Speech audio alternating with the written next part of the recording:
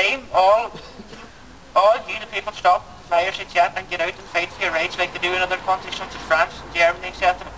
And if anyone's wondering why they haven't received the government leaflets through the door this basically close points to Christmas time, it's because allegedly the printing company went bust.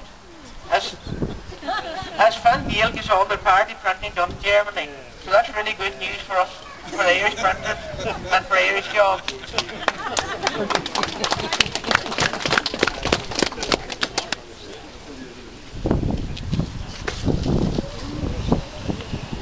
And also just to add to things, I'm holding a meeting here in Dunfanny on the 20th of April at 8 PM in the Osmond Centre, and all are welcome to attend that. Guest speakers on the night are Thomas Pringle TD and John Campbell, County Councillor, and a local activist here, Owen Horn here. From Falcara campaign won't take campaign as well as two other guest speakers from the National campaign in Dublin on the night as well. Posters and full details will be up closer to the time, as well as details on local press and Facebook. The reason that I'm holding it in mid-April is quite simply because it's gone past the deadline for registering, and anyone who feels more comfortable to register, or perhaps they traditionally wouldn't like to have a so-called ball hanging over them, and that's fine, that's your own private business, no one will judge you either way for doing so at all. Everyone must do what they feel is right for their own situation. Nearly finished. What I'm against is when I speak to people and they might say we registered because they felt they needed to, or signed up out of fear or pressure from the government. Think about it, fear, pressure, familiar sayings, get used to it, because the government are going to use many more tactics like these threats if they see anyone crumbling under pressure. Well, I say to Enda Kenny, Phil Hogan and all up in the Muppet Show in the Dáil that the only weapon you have is fear. Well, let me tell you, the people of Ireland are no longer afraid. They have had enough and won't take any more. I think we should call for Phil Hogan's resignation and all, and call for a general election and fire all the greedy bunch of Alzheimer idiots up there, as they all seem to lost themselves and get in touch with reality once they get up to the Dáil. Governments don't care as long as their own pockets are well followed. To hell with the people on the ground as long as they're okay.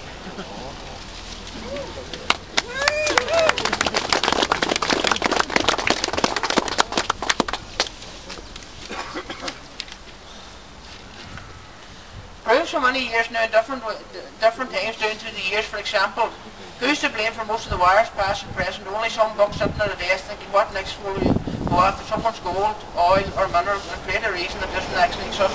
Doesn't even exist, such as our government is doing now to the Irish people with household tax. It's a get rich quick effort, and that's all it is, but it's backfired big time and badly. Backfired big time this time and badly, as all they have done is cause serious unrest amongst the public, and they don't want that to cause too many problems.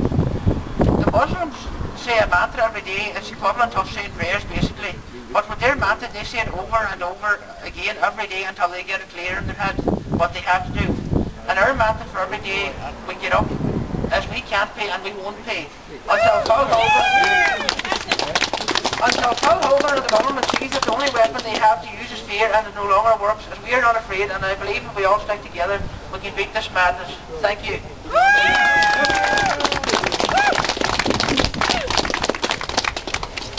As the rain's just about to start here, we'll do the march down the road here. Just like to say, well done to Michael and Colin Ward for organising us here today and getting things going in Dunfanny. It's very important that people realise how serious this is and the situation we're in. People need to stick together. People here in Dunfanny, from Hornhead out to Morrow, out to Portobello, need to all come together. They need to stand up, they need to take on this government. People may not realise it, but they do have the power. The government know that they do have the power. And people can make change. The government will tell you, and they'll stand up there, Enda Kenny and Phil Hogan, and they'll say there's no alternatives. But there's always alternatives. There's always other ways of doing things. And people, again, need to realise that they don't want an alternative. They want it their way, and that's it. And the other thing that they don't want people to know as well is the reason they're doing this here and all, making these savage cuts and people and making the ordinary people suffer for it. It's because, very simply, that is their policy. That is their politics. That is the politics of Fine Gael, of right-wing governments all over Europe. That is their policy. They believe that's the way to do it. They believe to keep the ordinary people suffering, to keep the ordinary people paying. And that's their way, and nobody should be surprised. They don't want to change that. They are quite happy. They believe in it. They're about to have a referendum here that they didn't want to have at all. They said that there was no need for this referendum. The reason there was no need for it, or they believed there was no need for it, because they didn't want to have it. They didn't want to give people a say on this treaty. And what this treaty is an austerity treaty.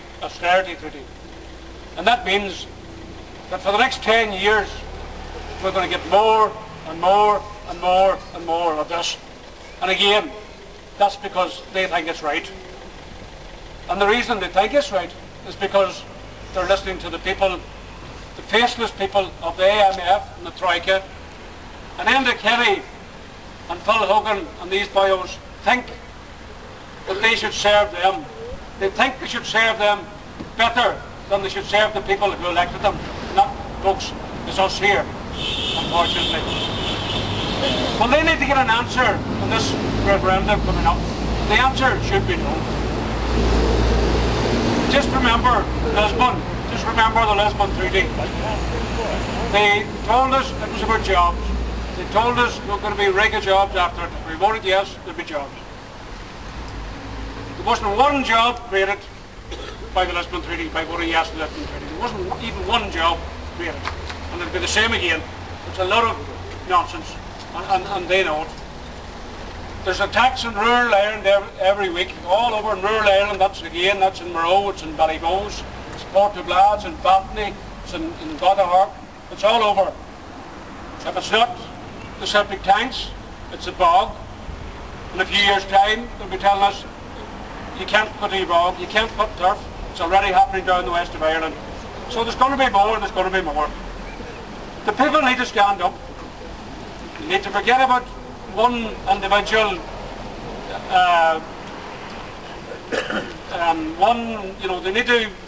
these things need to all come together.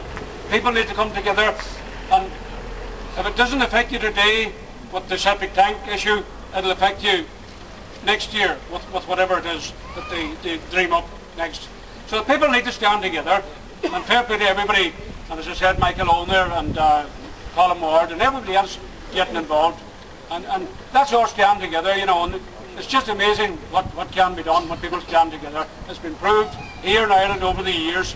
We came through famine, we came through civil war, we came through partition, and we can do it again. So let's all stand together, and let's take them on, and let's give them a hell of a fight. Kenny, where am I?